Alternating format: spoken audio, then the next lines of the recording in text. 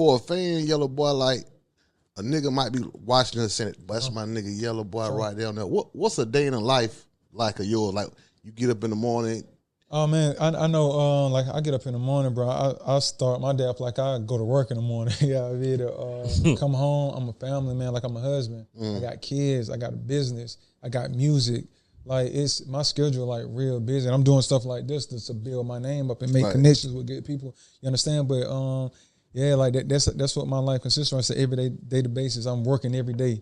I go to work with the family, work on music. Me and Tay on the phone with Tay, coming up with businesses. On the phone with my assistant Brendan, we coming up with ideas. Like I'm just grinding. Like that's what it consists of, bro. Sun up, sundown entertainment. That's what it stands for. We working. Okay, so it ain't just the rock and roll lifestyle with a goddamn eating just like airport food and like Tay said, well, ain't no point of free celebrating. You know what I mean? Like we working right now. We'll celebrate when that trophy get here. You understand? So that's what it is. We working right now. That's it. That's real. Ain't working. Damn. Real.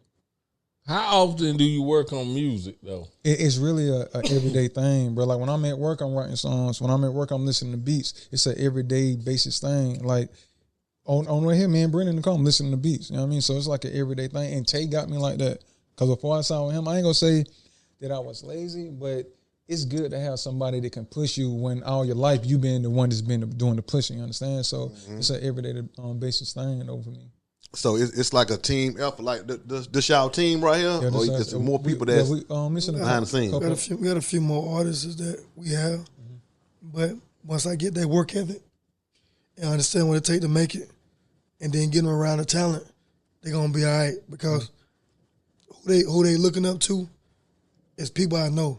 You know what I mean? So I don't look up to them. I just know that when they get their time, they gonna have to, you know what I mean? I can see what they gonna do.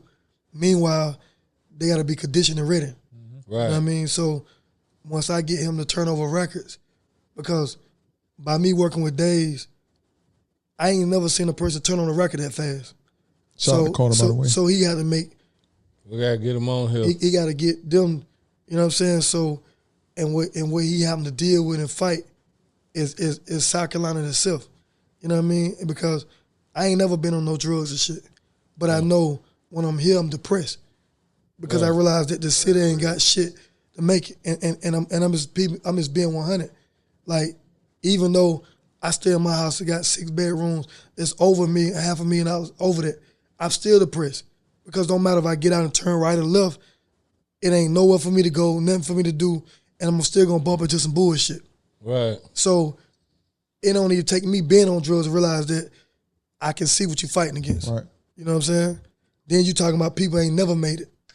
Right. You know what I mean? So if you go outside, you can count the new cars on your hand.